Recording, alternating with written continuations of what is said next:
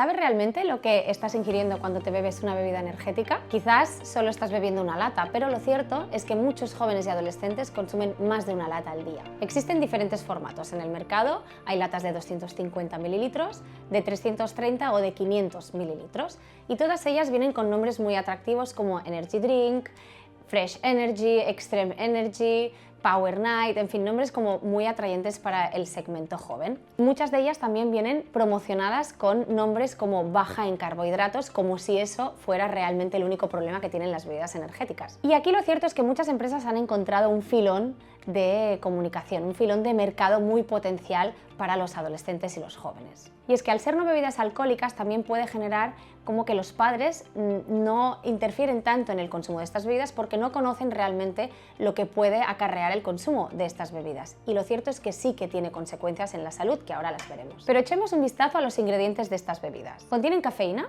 y algunos otros ingredientes como por ejemplo ginseng, pueden contener taurina, L-carnitina, D-glucurono y guaraná, vitaminas del grupo B, entre otros ingredientes.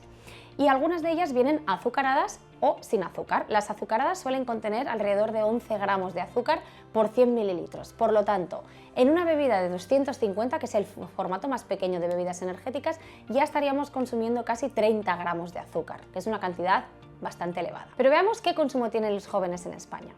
Según la encuesta Estudes que hizo el Ministerio de Sanidad en el 2023, casi la mitad de los estudiantes entre 14 y 18 años ha consumido bebidas energéticas en los últimos 30 días, siendo un consumo más elevado en los chicos que en las chicas. Y incluso el 20% de estos estudiantes las ha mezclado con alcohol. Por lo tanto, cuidado aquí, que no solo estamos hablando de las consecuencias para la salud de la bebida energética, que ahora las veremos, sino que cuando la mezclamos con alcohol, aquí tenemos doble problema, porque por un lado, el alcohol ya sabemos que es problemático, pero cuando lo mezclamos con la cafeína de estas bebidas energéticas, el efecto del alcohol queda enmascarado, queda incluso escondido. Por tanto, podríamos incluso beber más alcohol y aumentando las probabilidades de una intoxicación etílica. Estos resultados son los más elevados registrados hasta el momento y la tendencia en los últimos años es a que el consumo vaya aumentando en este segmento de la población. Además, los estudiantes que consumen este tipo de bebidas se ha visto como tienen peores calificaciones promedio, repiten más cursos y tienen más ausencias respecto a los estudiantes que no las consumen. Y ahora centrémonos en la cafeína. ¿Qué ocurre con esta cafeína? Bien, la Academia Americana de Pediatría establece un límite de 100 miligramos al día de cafeína para los jóvenes de entre 12 y 18 años y para los menores de 12 años, evidentemente, ningún gramo de cafeína al día. Una bebida, si esto lo trasladamos a el producto, una bebida de 330 mililitros ya contiene 100 miligramos de cafeína y una bebida de 500 contiene 160 miligramos de cafeína, por lo tanto estaríamos ya sobrepasando este límite que establece la Academia Americana de Pediatría. Pero para que veáis la cantidad de cafeína que contienen este tipo de bebidas, si lo traspasamos al café o a una bebida de cola, imaginaros que nos estamos tomando una lata de 250 mililitros. En este caso estaríamos consumiendo 2 cafés y de golpe, si consumimos 2 latas, que es habitual entre los jóvenes, ya estarían tomando lo equivalente a 4 cafés expreso o a 5 bebidas de cola. Por lo tanto, la cantidad de cafeína es muy elevada en estas bebidas y es una manera de verlo con un ejemplo muy claro como este. ¿Y qué sucede cuando nos excedemos de la cantidad de cafeína que se recomienda?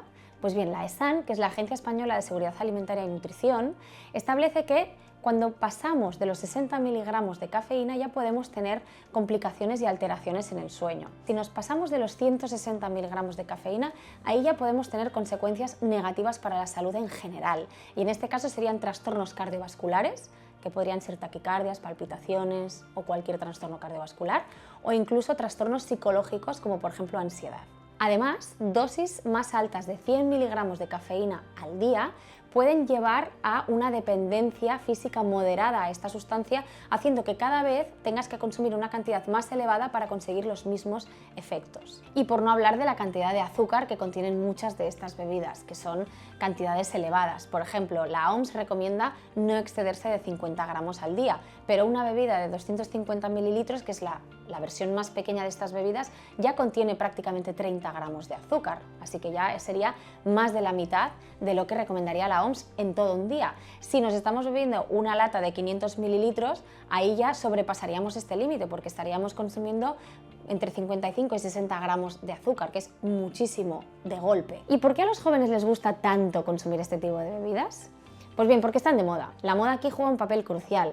Son bebidas cool, que son guays para ellos.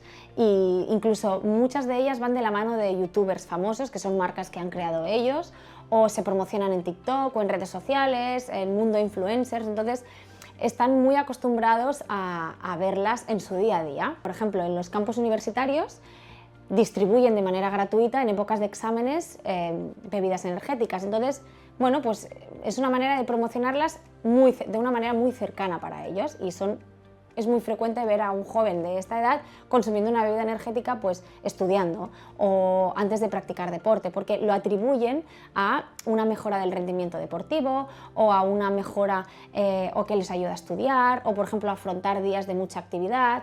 Entonces es como algo que lo perciben que les ayuda, que les da un chute de energía. Por lo tanto, esta percepción errónea que tienen de los beneficios que les puede llevar estas bebidas, sumado a los perjuicios para su salud que pueden tener el consumo excesivo de cafeína, pues al final es un cóctel perfecto. Si a esto además le sumamos también su precio económico, pues claro, lo consumen muy fácilmente y sin ningún tipo de restricción. Por lo tanto, mi consejo es que si buscas energía para practicar deporte, para tener un mejor rendimiento en los exámenes, estudiar mejor o para afrontar tu día a día, mi consejo es que te alimentes de una manera equilibrada, que tengas una alimentación rica en antioxidantes, en vitaminas y minerales, que esto sí realmente va a hacer que te sientas mejor, rica en frutas y verduras, en legumbres, en hidratos de carbono de calidad como arroz, quinoa, pan, en pescado, en huevo, en grasas saludables como los frutos secos o el aceite de oliva, y sobre todo, hidrátate con agua. Bebe agua y no te hidrates con este tipo de bebidas porque no te van a hacer ningún bien. Y si te has sentido identificado o has tenido alguno de estos síntomas tras beber alguna bebida energética,